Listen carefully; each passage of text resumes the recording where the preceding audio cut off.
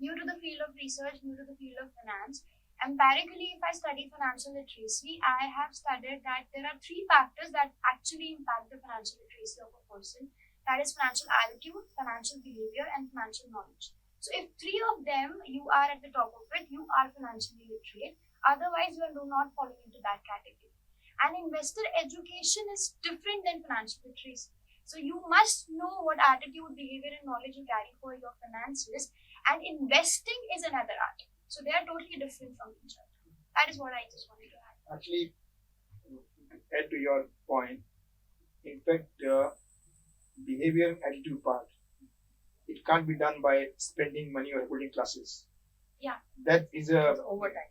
That is what you have already so covered. financial knowledge, and I think probably that is the area where either independent institution or a body, trade body or any other institution can help in terms of imparting and busting myths. Everybody is making an effort, but my sense is that that effort is in sporadic areas. It's not a consistent effort, and that's the reason why the effect is not there. Right.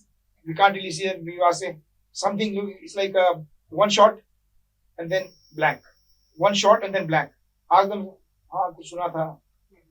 You ask the students, they have just been graduated, saying what courses did you study, and are you? Till date, many people are not clear about what is mutual fund and what is cryptocurrency, what is Bitcoin. Right. They are not clear about it. So understand, because I think few things very right. The behavior part is, I think it need to be. My sense is even educational part. Ultimately, finance behavior. I told you, like for example, spending less than what you earn, and then investing. Investing books. For example, I think somewhere I can create a list of at least about 50 to 100 books, both which includes your psychological, which your basic investing. Like, in my opinion, every intelligent person should read The Intelligent Investor. Yeah, Classical book. Okay. Yeah. And One Up on the Wall Street. Yeah. And I think something like The Most Important Thing by Howard Marks. These various notes.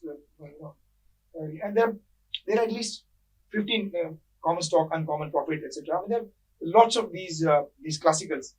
The learning can only come by reading over and over again some of these classical books, and you will see. And it's common sense. In fact, I tell you, Warren Buffett had said, it's back of the envelope calculation.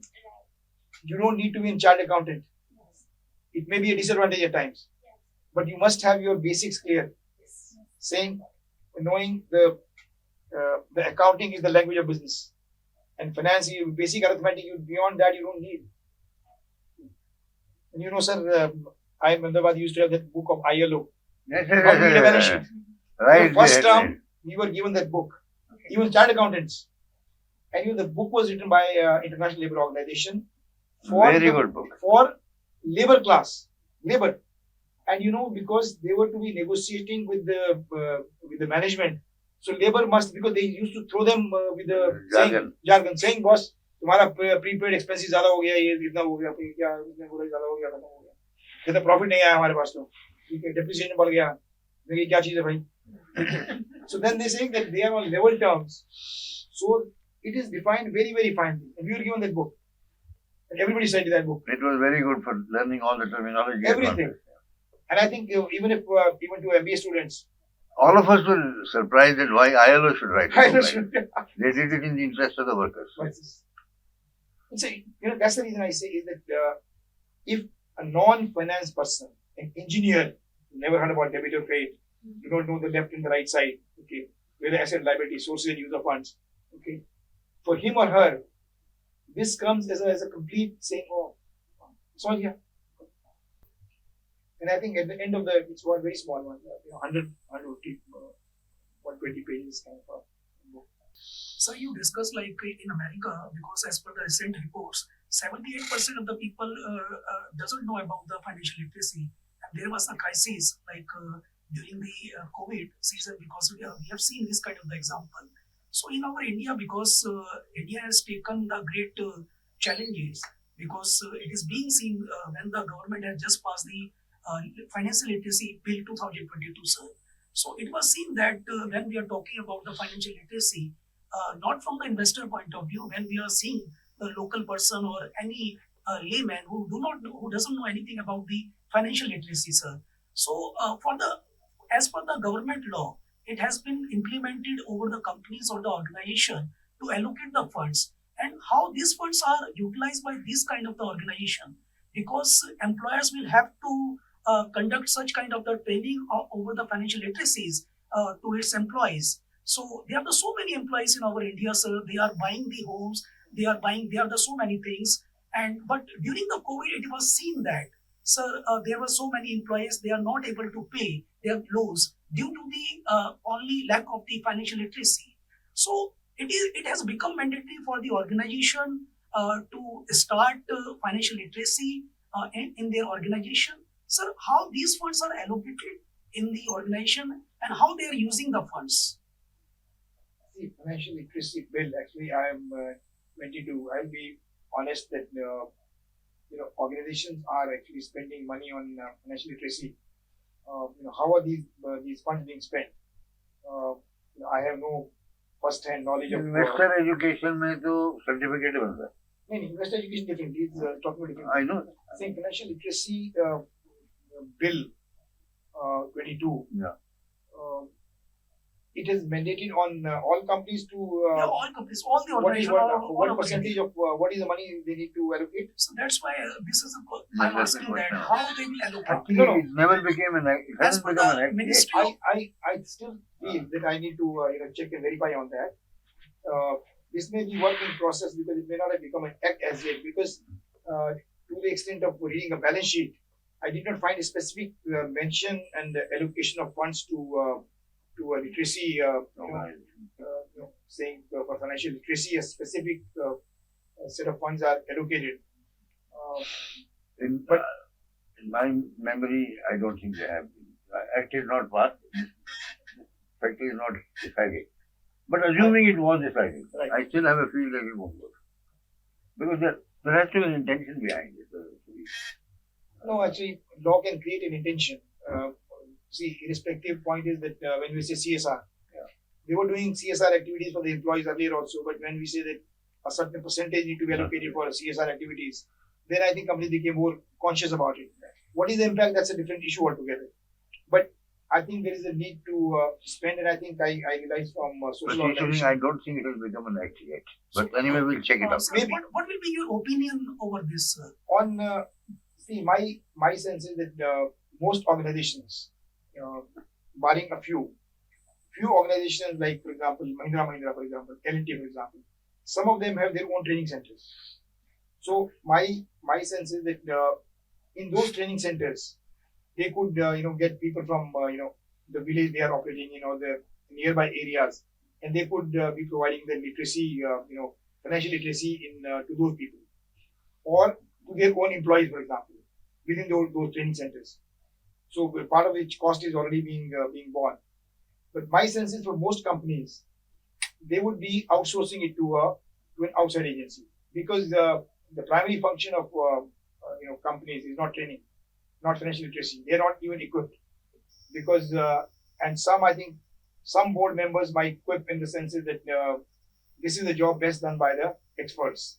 So let's find some people, and those who will actually carry out and give us a report. So they'll put a very clear mandate with respect to saying, we'll give you X amount. Okay, these many people need to be issued, given financial literacy program. Suggest what what will you cover, and after having completion, and maybe depending on how inclined they are, how passionate they are about it, then they might even look at saying, okay, we would like to have maybe our one member deputed, one director, or one CEO or CEO or CFO can go and then speak to these people and can find out actually how effective that program has been. So my sense is that someone from the corporate side would like to look at this literacy being outsourced to someone who is more specialized, okay, more like a skill development centers, okay, and maybe they take a report out of those centers to see whether funds are effectively or efficiently spent or not. But unless it is mandatory, don't you think every company may not be willing to spend some money? You know, absolutely mandatory in the sense that it was Right. only question is that if it becomes mandatory only then, Then- otherwise they will not be They interested. will not be interested. See, they're not in social. See, They're let's, not in social. let's understand one thing. They're saying 2% CSR. We are giving. Yeah. How many people become financially literate? They become literate. Otherwise, they become we give it to environment. We give it to this much, etc. Depending on how big the company is. I've been part of that committee, and we have looked at large electronic companies across India. Some people are very saying very clear about the environment. Some promoter's wife was very passionate about saying drinking water issue is here. Somebody was very passionate about saying there is a white hutments here. We just want to create. Somebody was interested in education, saying these children need education. So they are providing opening school, etc. So they have spent funds in terms of creating a school, and somebody created a hospital, for example, so that their treatment could be done rather than going to Manipal or going to Bangalore or somewhere in those areas. So which is 50 kilometers. They don't travel that much. They provide those facilities within a striking distance of their factories. So in that, it depends on how passionate or how strongly you feel about making a difference to society. All of us are doing our jobs. We are contributing to societal benefit in our own ways. However, in the sense is to become effectively transformational, that has to be done in a very systematic, efficient, and regular way, consistently. That is important. Whether it will be done, I think that big question always remains. As we all know, banking industry is the backbone of the economy, but it is being pushed back by the willful defaulters and defaulters. So, in your opinion, what is the potential impact of in positive and negative both sense might arise for the implementation of policies like forgiving or giving rebate to the defaulters? Question is that the government is implementing the policies like forgiving them or giving the rebate to them that need not to pay all the dues and all. See, So my sense is that at the outset, in the beginning, you create a moral hazard. That It's like moral hazard has to be remembered. buying the insurance. You say drive recklessly. Saying मर गए तो मर गए गाड़ी टूट गई तो टूट गई जो हुआ वो Then देखा पैसे जाएगा. मिल जाएंगे. Now the question comes is that in any financial system, I think it has to be very clear about one thing is that a genuine stress case, okay, can be restructured and which government has had plans and banks do that regularly. But I think forgiving loans, and I don't think there is any banks, etc., financial institution, government may say write off loans, but write off in the sense that you make provisions, and after some point in time. However, the recovery process goes on. Okay. Now, by having a scheme like this, like a black money scheme, so you create at the beginning a moral hazard of a kind which is very difficult to handle. So tomorrow, honest people feel cheated. Now in the system, they say, suppose in a bus, 60% people don't take ticket. The remaining 40% gradually they say, it's like aggression law. Bad money drives good money out. वो सारे नकली note ही लेके चले हुए बाजार में. उन्होंने कहा भैया मैं असली नोट क्यों दूंगा, कहते लाओ नकली नोट चलाओ सारे. पकड़ा जाएगा असली नोट दिया तो. So my sense is that not a good idea. I think they need to segregate very clearly in the sense that the companies, people, or entities in financial distress, those who need help truly, and the willful defaulting, they should be prosecuted because it should become a lesson. And banks have a policy; they prosecute their own employees because wherever they are in connivance, and I know, for sure, most NBFCs, banks, etc. They're branch managers because they connive with saying to defraud the bank or the NBFC. They prosecute it. So because that becomes a lesson for the other guy doesn't do it. And in a system, I think my sense is that all of us are thief. Pardon my saying so because the question is that if the system allows that, okay, if the system has a checks and balance in a way that does not allow you to steal, you not steal. So there are those checks and balances, very fine checks and balances, and those checks and balances must ensure that the system can't be ripped apart. Okay. So it has to be created in a way wherein there is enough incentive and disincentive. disincentive for cheating, saying, boss, your job is at stake. And no, no favors given. And somebody who is behaving honestly, I think there is also incentive given. That your behavior is good, and I think you get incentivized. Unfortunately, society today have you created an incentive structure wherein it makes better sense to be a dishonest person than an honest person. Because honest person suffer and dishonest enjoys. It's a at a philosophical level, it might mean different things to if you're more philosophically inclined or spiritually inclined, you say, boss, dena padega sab jagah. Businesses, you can, in fact, this is true of investments also. Once you know that how Infosys is a classical case. Narayan Murthy and the founder team, at that time the story we thought it was expensive at that time, 95 rupees I think was the public issue. It bombed, in fact. It devolved to the merchant bankers because they will not take even a pencil from the office. You can be sure about is that the business will do well. Because question is when those moral high grounds are set so high, then I think institution will progress. There's no question about it. Because you're leading by example. In what ways can Fintech innovation be leveraged to provide access to banking and financial services to underserved communities?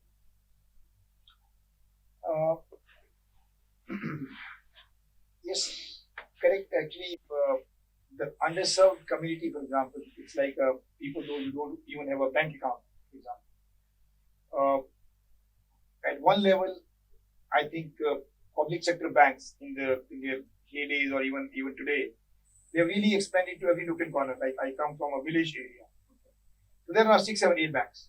So wherever there is a reasonable economic activity, I mean, unless you are even in the farthest of areas, today you have at least available a bank is available for you. The problem is not of banking per se. Problem is how do you put money in their hands, because banking etc. will come.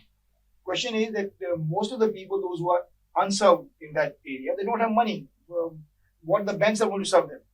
Technically, fintech can serve definitely, but banking can also serve them. But question is, where is the for them? They are unserved because there is nothing to get served on. Yes, they need money. Can fintech put money in their hands? They can't.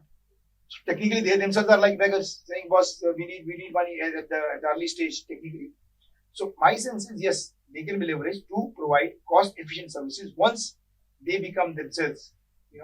So it is my sense that fintech, probably for example, if you can create incomes and jobs at that at those areas or those level people with a lower level of literacy, that will be truly serving them from unserved to served areas.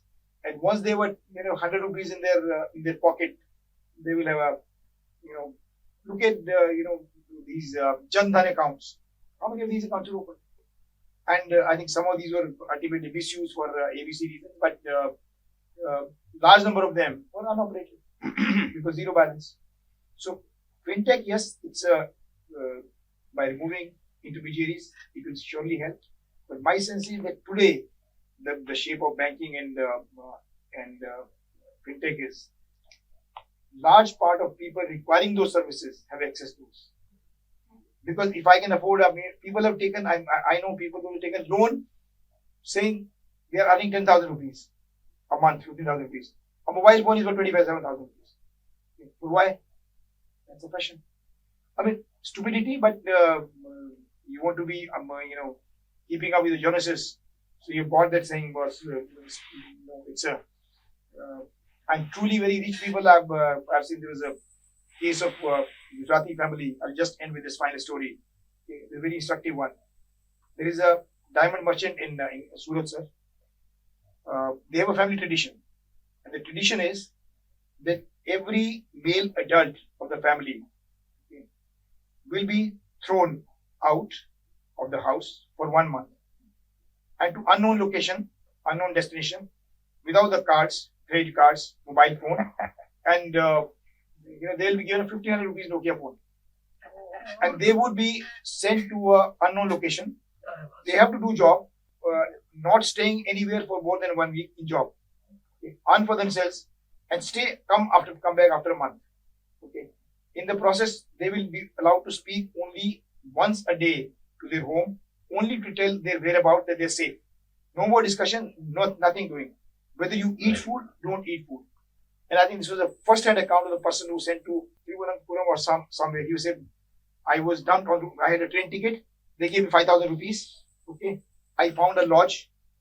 And he says for water, he went for 3 hours on the road hunting for space. And he says, I was looking for water. He says, once I looked for water, 3 guys will come running and giving me water. And today I was on the road. And I was, saying there's no water. And then I bought a baby bottle and, drank water. And that 1 month experience on the road. And then one day, while he organized a guest house for 200 rupees. He said, 150 rupees. He says, I couldn't afford. So 150, and then he took a job. And he was doing a good job. So somebody sent him to mall. He was in a store. He sent him to mall. It's not be good for you. Somebody else will need your services better. He told him after 1 week saying, thank you so much, I need to go. He said, why? You're doing a good job? Continue. Now, he had that 1 week restriction. So he says, they had to find an excuse. He said, no, somebody's offering me some 3,000. And then he said, no, I don't like this. This is too far from my place and I'm shifting my other place. So he found some excuse and got it. The idea is that he has to live his life with 1,500 rupees Nokia phone. Even though he drives a Lexus or a BMW or an Audi, himself. And house has 20 cars. And maybe, 10 zeros or 5 zeros on the back in terms of savings bank balance. Okay. So that is a tradition in the sense is to understand the travails from a common man's perspective. I would also like to quickly wind it up with just few examples. That we perhaps don't look deep enough in our own experiences in the country. And there are tremendous experiences. So I'll just state the names of 4 in 1 line each. Syndicate Bank. The guys used to go on the bicycle and take deposit from a couple of villages and then bring it back. And same thing, they needed something, then they came on the bike and delivered it. So that was the branch system. That's the branch. Today, in a way, the Zomato and others are doing it. Zomato today is not picking up from 1 or 2 good restaurants or 4 or 5 or 10, any number, right? So they go to all the dhabas and pick up the food. Even the small stalls, roadside stalls. Why small stalls? Dhabas. So it's a question of organizing. Yes. The organization of the Uber and the Ola and all that is like this. And they're minting money. Now let's go further. Amul, older example. Why did it succeed in Gujarat and not elsewhere? What were the conditions? I have given a project report to Mr. Anand to see into it, how the whole thing was organized. But basically, the still ladies used to come, I think still come, from 8-10 kilometers. Bring their milk, few liters, and used to go back, and then the baniya used to give money afterwards. Paulson was the brand name at that time. These guys used to give money right there. That changed the whole thing. Because she had to actually purchase something on the way back to be able to cook the meal of the day. And how many millions are employed, we don't write. But the syndicate bank, what you mentioned, I suggest all of you must read how the, Pai, the guy who started the syndicate, promoter. Small saving, 25 paisa, 20 paisa, 50 paisa, it's a small, in the sense. No restriction, 26 paisa. Truly mesmerizing in the sense that an idea, diligence, discipline, how much you can expect from a person. Safety of the money. In the sense that those are when you're saying about qualities in someone. Success will be running after you. It is not about saying we run after success. No. Point is you deserve that by what you're saying. These are the qualities which you possess. And then you say whatever you do, then success is only a matter of time before it searches ki kahan hai bhai. Thank you so much. Thank you, sir. My question is still left. Sir, we had discussions related to fintech, banking, and even neobanks. We touched financial literacy as well. But I want to discuss about the newest area of finance, that is behavioral finance. So the recent advancement in behavioral finance, like integration of neuroscientific methods, has impacted investor behavior. So what are your point of view So you know that we have covered that distance of psychology to finance. We have entered that phase. So what is your point of view with the advancement in the field of finance? It is academicians, researchers, and few enlightened investors. Those who are aware of their own psychological and mental makeup and their neurological biases. I would also recommend, like for example, Poor Charlie's Almanac. He has given a long list of biases, and I think the consistent effort is to fight those biases. And true in the sense that neurological studies and psychology, these neurons, when we are dealing with, I've seen that in the sense that we're dealing with finance. I've had a large portfolio size, from a company's perspective, we had a large derivative position, for example. Couldn't sleep at night. Very large. Very large. Couldn't sleep at night when the markets went through a very turbulent kind of time. Crores were lost, crores were made in a day. Okay. Now, in the sense that as far as money gets concerned, our mind space or the neurons in the mind, they start behaving differently. Advancement in understanding, yes, if you understand those, but my sense is first at the level of academics. Understand. I think because they don't see there is a gap. Academicians have not traded, and the traders have not studied. So they are like, look at a guy like Howard Marks. People like Warren Buffett, etc., because they have been in MBA, they go to not for teaching as such, because they no time for that. Unless we are able to, like for example, Nassim Taleb and Nider Hoffer. The classical point is that our pain of losing money vis-a-vis the pleasure of making money. That itself, I think the experiment where the expected value is the same. People tend to choose the one where they want a certain outcome, positive outcome, but they want to bet on a certain negative outcome. Saying, hoga nahi hoga, dekhenge usko. So you are willing to bet on the negative side. So you want to avoid. So it's a avoidance of loss aversion is what loss aversion, regret avoidance, whatever you want to call that, is psychological biases. My sense is understanding helps in understanding behavior. That these causes some decision making. However, how that knowledge and understanding can help you become a better investor, that is still some time away. Because it can help you understand, saying my neurons, I understand my failures. But average investor on the street, how does it help him? And in fact, I'm carrying the book in my bag. Your mind, your money. Now, Jason Zweig. Now that's one of the where I'm good or for bad, in the sense that none of the human emotions, when you say fear, greed, empathy, happiness, or you can list down, that are unable to measure beyond binaries, saying 1 to 5. Now, optimism. So, question is from a modeling perspective, do we want to really make into a model wherein you could fit that and make you become a better investor in a program way? I don't think that's going to be feasible.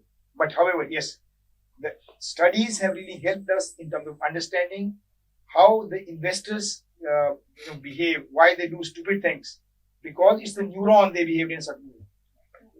That's the understanding.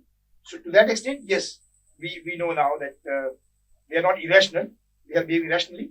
However, those neurons are acting them to behave in the way they are doing. So their choices are dependent on their reaction towards a particular stimuli which came from the marketplace. You should look at the excited. We have been seeing trading rooms. I've been part of the saying screen. Oh, everybody blood pressure going up along with the saying market 600 point बढ़ गया, 1000 point बढ़ गया. 2008, I had seen like a gloom in the sense people you just collecting money, 50 crore rupees collected in 2 days, saying boss loss हो गया. So, I mean, those are good understanding points, but it will not help the investors unless they want to rectify, because buys are more difficult. we have all biases. And like, whether it's a confirmation bias, whether first conclusion bias, whether it's, at least what a long list of biases. Biases and market sentiments as well. Technically, here, अच्छी चीज क्या है sir? There is only one objective, making money. So that extent markets are in a way is very very clear. Here nobody is for charity. यहाँ कोई social objective नहीं है, कोई CSR नहीं है, कोई कुछ नहीं है. So plain and simple, make more money. And when everybody is trying to make more money, they behave in a way which sometimes, it's like keeping the losses in the portfolio and selling your profits. Both. Peter Lynch had said that like, leaving the weeds and cutting the flowers in your this thing. And the same thing. And everybody, because it's we want to avoid the loss, pain of loss. Okay.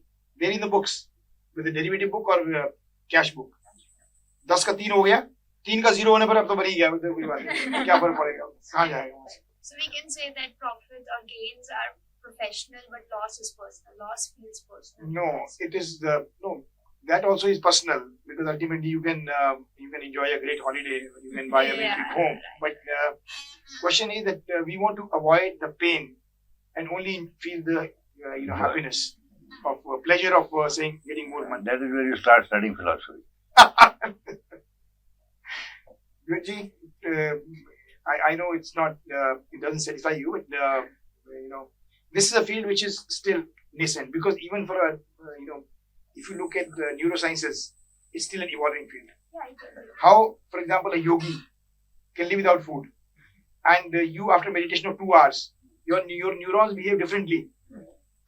You get at alpha level. In fact, if investor can behave at alpha level, what is the 0 to 2 to 6, 2 to 4 level of frequency. Okay, you operate at the beta and gamma. But if you operate at alpha level, both your left and right brain, they are acting in tandem. And that's when the most creative solutions come out. So if investors start operating at alpha level, you'll make tons of money. Thank you, sir. Thank you.